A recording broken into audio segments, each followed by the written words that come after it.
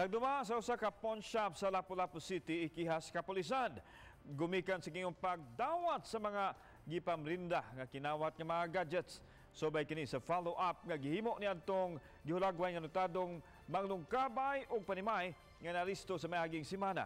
Ang detalye ni Nico Serino. Napasakaan na sa kapulisan og kasong robbery o theft ang babaeng gihulagway nga notadong mag-akyat bahay. Arestado sa Mandaue City sa miaging semana si Irene Pelayo human maatling misaka og balay. Sa laing insidente nga usa sab ka balay nga gisaka niini, nahuli kampa si Pelayo nga miganid sa mga kwarto nga buot biktimahon. Nagmalampuson gyud siya sa lawak sa 3rd floor ug nakadagit og mga gamit. Apan ubay-ubay nga mga gadgets sama sa laptop ug tablet ang na-recover sab atol sa follow-up sa iyang panimay.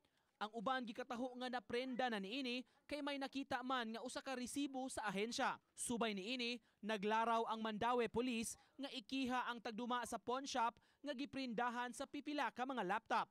Kini human giingong nagdumili ang pawn shop pag-uli sa mga laptop kun dili mabayran. At least yun, cooperative sila. Dili lang kay sa pagpakita nila sa kuan, ordo na mo claim, dapat ilang ihatag. Dili na nila kay nang ipalukat pa sa the same amount. In the first place, ang nagprinda, dili man ang tagiya, ang kawatan man. Nagtuo ang kapulisan nga nasayod ng daan ang tagduma sa pawn shop nga kinawat ang mga gipang prenda. Nakapangutana si Entoma nga nung dili sila kuti sa pagdawat sa gadget. Ang kuan na yung kumplituhon pa kaya na yung laptop nimo pati yung charger sa mga panani ang mo maginakadaghanan sa kuan na kanang yung kuan na resibo labi na malo mga laptop na medyo mahal-mahal gid ko sa mga resibo ani kanus sa man nimo na. Kalapasan sa anti-fencing law ang ipasaka sa PNP karong simanaha. Gisuwayan pa sa Balitang Bisdak pagkuha sa habig sa naasoy nga pawn shop sa Lapu-Lapu.